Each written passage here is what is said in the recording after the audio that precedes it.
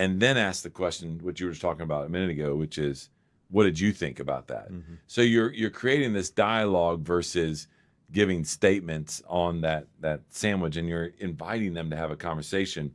And that is a much different approach to a topic than just having the feedback sandwich. It's worked amazing for me is that, hey, that sales call, I thought you did a great job on engaging the client, the prospect in a conversation. One area I thought you could have improved on with how you presented our value proposition. What do you think?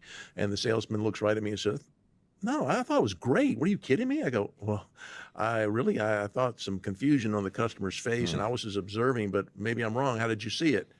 And he goes, well, now that you mention it, I did get a little tangled up, and I was very vague on a couple of things, and I really wasn't sure how to. I said, well, tell me, how can we have done it differently? And now we're in a beautiful place. I'm having a great conversation, and the salesman, what salesman ever did this? Is says, hey, would you do a role play with me on that? Nobody ever asked for a role play. Yeah. I thought, yeah, let's role play that for a moment. How could give me the value prop to do that? So. Another area I think can improve your reputation as a leader and increase your influence and increase your communication is, and we talk about it a lot here, but I think it really applies, is those 3 questions that every follower, every person you're listening to is asking about you while you're leading, while you're influencing them. Do you remember the 3 questions? No. Okay. I'm not listening. You do. I'm just kidding. Yeah, absolutely. So what they want to know is, hey, are you going to help them? Do you care about them? Yep. And can they trust you? Yeah, love these. And this is a staple of John and really when he talks about leadership and connecting with people. And so these are a great way to frame your question.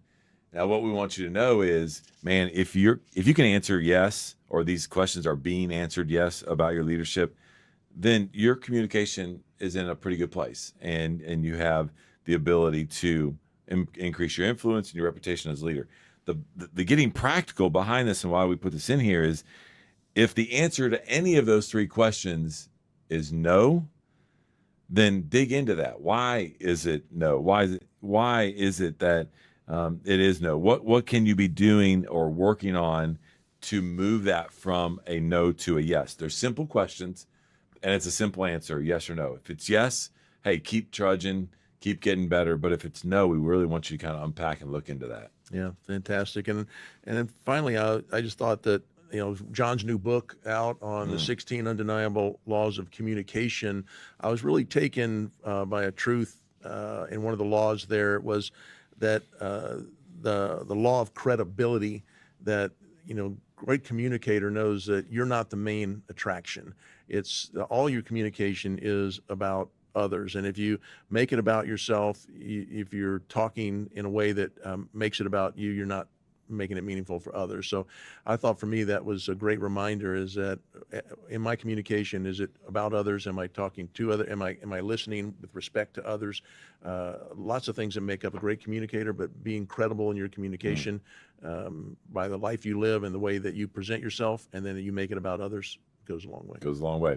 Well, as we wrap up, remember, we started this by talking about how leaders move from good leadership to great leadership. And I love that you said, hey, let's just take one and let's get really practical. What's interesting is that one, when we work with organizations, we go through a discovery process, and no doubt about it, in the top 3 every time, and you know this, you've been on a lot of discovery calls, is, man, listen, we got to get better at communication as leaders. We have leaders that don't do a good job of communicating.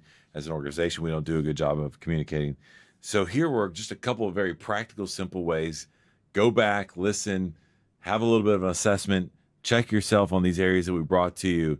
And I promise you, if you work on becoming a more effective communicator by some of the tips that we gave you, you will go from being a good leader to a great leader.